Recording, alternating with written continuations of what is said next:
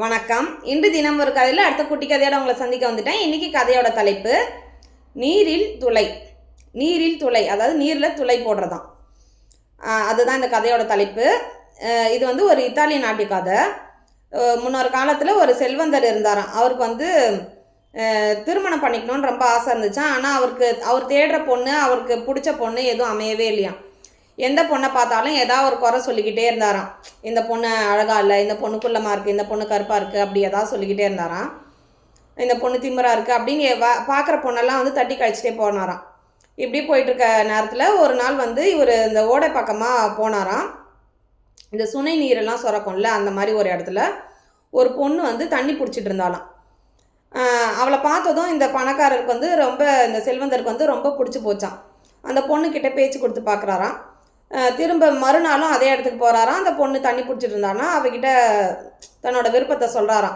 எனக்கு உன்னை ரொம்ப பிடிச்சிருக்கு, என்னை திருமணம் செஞ்சுக்கிறியா அப்படின்னு சொல்லி கேட்குறாராம்.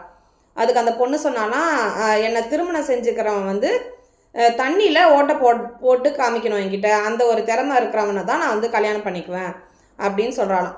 அதுக்கு அந்த செல்வந்தர் சொல்கிறாலாம், உனக்கு என்ன பைத்தியம் பிடிச்சிச்சா? நீரில் எப்படி துளையிட முடியும்? நீரில் எப்படி துளையிட முடியும்? அது சாத்தியமே இல்லை, உனக்கு அப்போ கல்யாணமே ஆகாது, இப்படிலாம் இருந்தால் உனக்கு பைத்தியம் பிடிச்சிச்சா அப்படின்னு சொல்லிட்டு அந்த பொண்ணை ரொம்ப திட்டிட்டு போயிட்டாராம்.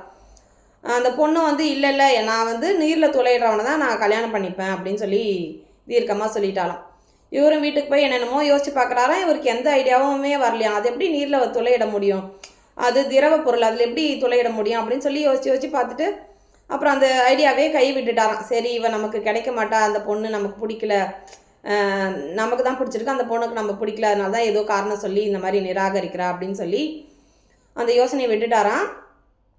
சரி, எதுக்கும் அந்த பொண்ணை பார்க்க போகலாம் அப்படின்னு சொல்லிட்டு கொஞ்ச நாள் கழித்து அந்த பொண்ணை பார்க்க போகிறாராம்.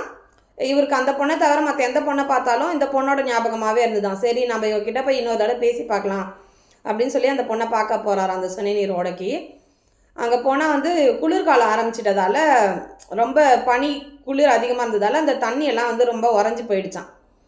அந்த பொண்ணையும் அங்கே காணாமல் அந்த தண்ணீர் உறைஞ்சி போனதை பார்த்ததே இவருக்கு ஒரு ஐடியா வருதான். அந்த தண்ணியை பனிக்கட்டியாக இருக்குதுல்ல, அதில் ஒரு சுத்தியல் வச்சு உடச்சி நடுவில் மட்டும் தள்ளி விட்டாராம். ஓட்டை விழுந்துச்சான். அந்த ஐஸ் கட்டியை எடுத்து பார்த்ததும் அந்த ஓட்டை மட்டும் தனியாக தெரிஞ்சிச்சான். அந்த பொண்ணு இதை தானே கேட்டா, நீரில் நடுவில் துளை இருக்கணும் அப்படின்னு சொல்லிட்டு, இது ஐஸ் கட்டி தண்ணியால் ஆனது தானே, அதுக்கு நடுவில் நம்ம ஓட்டை போட்டுட்டோம்ல அப்படின்னு சொல்லிட்டு அந்த பொண்ணுக்கிட்ட போய் சொல்கிறாராம்.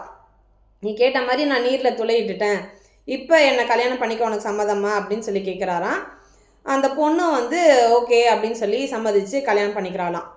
அதுக்கப்புறம் இவங்க 2 பேரும் ரொம்ப சந்தோஷமாக ரொம்ப காலம் வாழ்ந்தாங்களாம். அவ்வளோதான், இந்த கதை இதோட முடிஞ்சுது. இந்த கதையிலேருந்து நம்ம என்ன தெரிஞ்சுக்கிறோன்னா, நம்ம ஒரு விஷயம் எதுவுமே முடியல அப்படின்னு சொல்லி நம்ம கைவிடவே கூடாது. முயற்சி பண்ணால் முடியாத விஷயம் எதுவுமே கிடையாது. முயற்சி பண்ணால் எல்லா விஷயமும் நமக்கு சாத்தியமாகும். முயற்சின்றதை மட்டும் நம்ம கைவிடக்கூடாது. முயற்சி பண்ணால் நம்மளால் எல்லாமே முடியும் அப்படின்றதான் இந்த கதையிலேருந்து நம்ம தெரிஞ்சுக்கணும். இந்த கதை உங்களுக்கு பிடிச்சிருக்குன்னு நினைக்கிறேன். நாளைக்கு இன்னொரு குட்டி கதையோடு உங்களை சந்திக்கிறேன். வாழ்க வளமுடன். நன்றி.